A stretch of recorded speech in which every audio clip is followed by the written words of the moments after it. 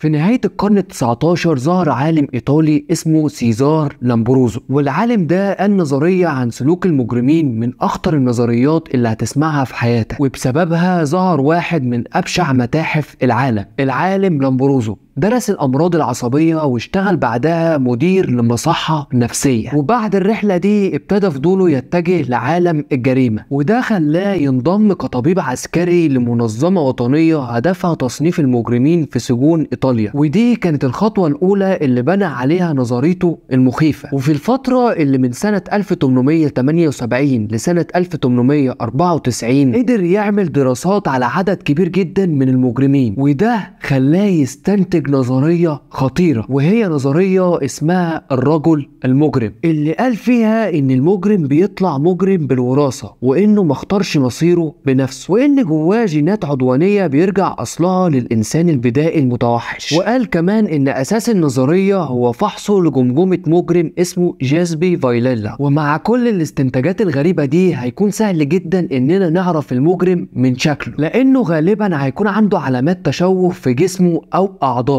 يعني مثلا حجم جمجمته هيكون مش طبيعي او ما عندوش تناسق في عظم وشه، وفكه احيانا بيبقى بارز. ووصلت عدد الصفات اللي قالها لامبروزو عن المجرمين لحوالي 21 صفة، اللي منها العيون اللي ليها نظرات الصقر الحادة والشعر الكثيف والمناخير المشوهة. وفي سنة 1876 نشر لامبروزو كتاب اسمه ذا كريمينال مان، وحكى فيه عن المرحلة الثانية من تطور نظريته، وركز فيه على الوشوم الغريبة اللي بيدقها المجرمين على أجسامهم، وقال إنها نفس الوشوم اللي رسمها الإنسان البدائي على جسمه. وقال كمان إن دق المجرم للوشوم معناه إنه متصالح مع الإحساس بالألم وما يفرقش معاه، وده كان مبرر بانه يوصف المجرمين بانهم ما عندهمش مشاعر ومصابين باللامبالاة. وكمل لامبروزو في توسيع نظرياته عن اصل المجرمين ونشر عنها 5 كتب، وفي اخر نسخة اتكلم عن صفات المجرمين بالتفصيل، وصنف المجرمين في كتبه بتصنيفات مختلفة. يعني قال مثلا ان القاتل جبهته بتكون ضيقة، اما الحرامي فبتكون عينيه صغيرة وبتتحرك باستمرار. واتكلم كمان عن الجريمة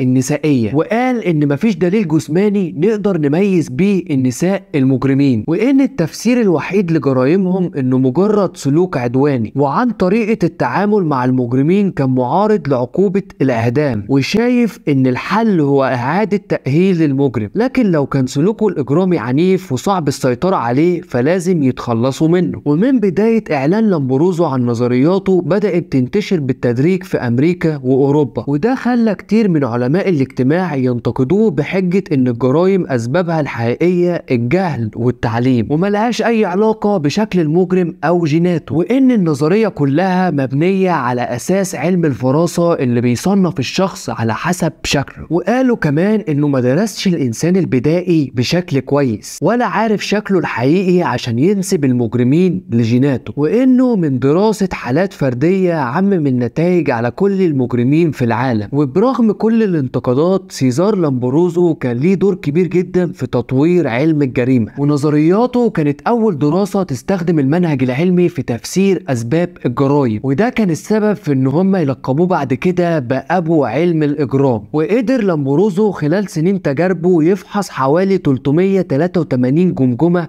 و600 مجرم حي، وبقى عنده مجموعة كبيرة من الجماجم والرؤوس محتفظ بيها في بيته وبيعرضها في المؤتمرات الطبية. لكن في سنة 1892 استقرت المجموعة في متحف في مدينة تورينو الإيطالية، واتسمى على اسم العالم لامبروزو تخليدا لمسيرته في مجال البحث العلمي، وضم المتحف جماجم لمجرمين ورؤوس متحنطة بالشمع، وكمان الأدوات الحقيقية اللي استخدموها في الجرايم، ومعاها صور للوشوم اللي كانوا بيرسموها على أجسامهم. وكمان موجود جوه المتحف ممر كامل من الهياكل